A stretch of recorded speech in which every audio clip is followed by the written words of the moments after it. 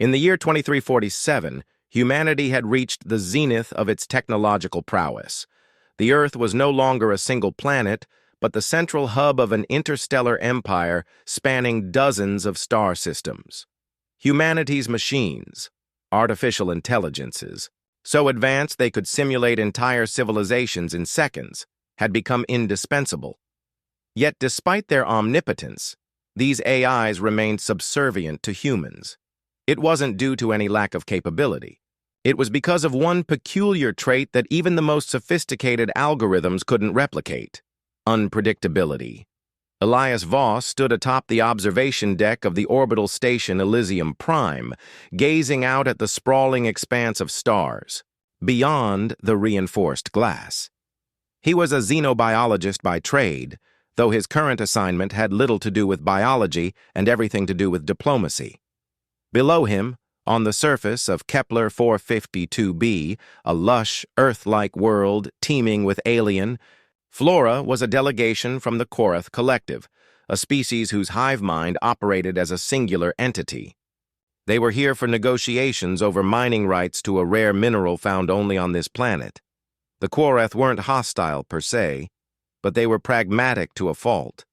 Their collective consciousness processed information with cold efficiency, making them masters of logic and strategy. To them, emotions were inefficiencies, relics of biological evolution best left behind. And yet they had requested a human representative for these talks, not just any human, but Elias specifically.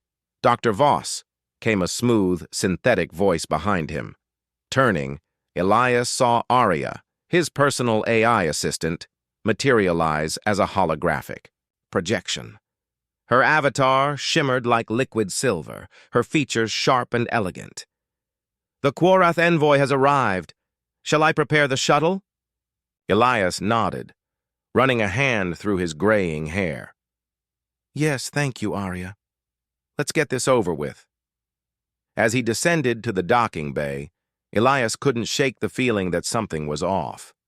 The Korath didn't typically request face-to-face meetings.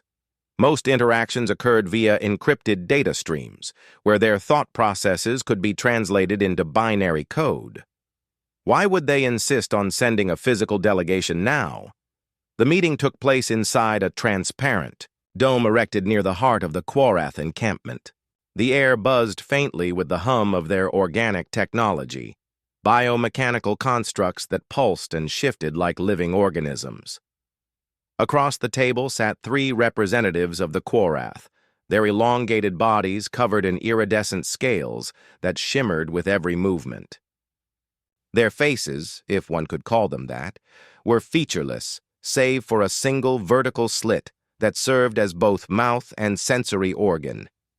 Elias greeted them with a polite nod. "I am Dr. Elias Voss, representing the United Earth Federation. I understand we're here to discuss resource allocation?" One of the Korath tilted its head slightly, a gesture that Arya interpreted as acknowledgement. "We have analyzed your proposal," it said, its voice emanating directly into Elias's mind rather than through sound waves. "Your terms are acceptable. However, there is another matter we wish to address." Elias frowned. "Another matter? What exactly are you referring to?" The second Korath leaned forward, its slit widening ever so slightly. "Humanity possesses a unique quality, an anomaly we cannot comprehend. We seek to understand it." Arya's hologram flickered briefly before stabilizing. "Clarify unique quality," she prompted. "It is unpredictability," the third Korath replied. "Despite our simulations, despite our ability to predict outcomes with near-perfect accuracy, humans consistently defy expectations. You act against logic, against self-interest, against survival itself. This behavior fascinates us." Elias blinked, taken aback. "You think we're unpredictable? That's what this is about?" "Yes," the first Korath confirmed. "It is not merely curiosity. Understanding this trait may allow us to evolve further, to transcend our limitations, but we require assistance." Elias exchanged a glance with Arya, who offered no immediate advice. Finally, he spoke. "Assistance? How can I help you understand unpredictability?" The Quarath hesitated, then gestured toward a nearby console. "Observe." A holographic display sprang to life, showing scenes from human history. Artists painting, masterpieces, inventors creating groundbreaking technologies, explorers venturing into unknown territories. But interspersed among these moments of triumph were darker images: wars, betrayals, acts of cruelty. Each scene unfolded with clinical precision, accompanied by statistical analyses predicting the likelihood of each outcome. In every case, humanity had chosen paths deemed illogical or improbable. "This is what confounds us," the Quarath continued. "Why do humans embrace risk when safety is assured?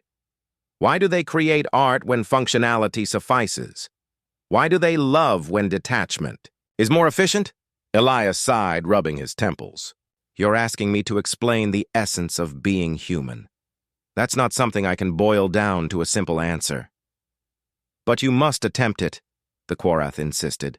"Show us. Demonstrate this unpredictability." For a moment, Elias considered refusing.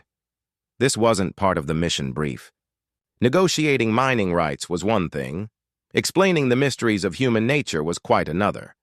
But then he remembered why he'd been chosen. Of all the diplomats available, Elias had been selected because of his background, not just as a scientist, but as someone who had lived through loss, who understood grief and joy and everything in between. "Very well," he said finally. "If you truly want to understand unpredictability, then I'll show you." Over the next several days, Elias embarked on a series of demonstrations designed to illustrate humanity's defining trait. He told stories, tales of heroes risking their lives for strangers, of artists pouring their souls onto canvas, of scientists pursuing knowledge for its own sake. He introduced the Quarath to music, playing compositions that evoked emotions they struggled to comprehend. He even engaged them in games of chance, deliberately making irrational decisions to highlight the thrill of uncertainty. At first, the Quarath seemed bewildered. Their attempts to analyze Elias's actions often led to dead ends, their predictions failing time and again. But gradually, something changed. The shimmering scales of their skin began to ripple in patterns unlike anything Elias had seen before. Was it possible they were experiencing something akin to awe? On the final day of the summit, the lead Quarath approached Elias once more. "We believe we understand now," it said. "Unpredictability is not a flaw. It is a strength. It allows you to adapt, to innovate, to dream. Without it, you would stagnate, as we have." Elias smiled faintly. "Does that mean we've reached an agreement?" The Quarath nodded. "Yes, you may mine the resources you need. In return, we ask that you continue sharing your uniqueness with us. Perhaps in time, we too may learn to embrace the unknown." As Elias boarded the shuttle back to Elysium Prime, he felt a sense of satisfaction. For all their advancements, the Quarath still had much to learn, and perhaps so did humanity. After all, unpredictability wasn't just what set humans apart. It was what made life worth living. And that, Elias realized, was the one thing humans truly excelled at.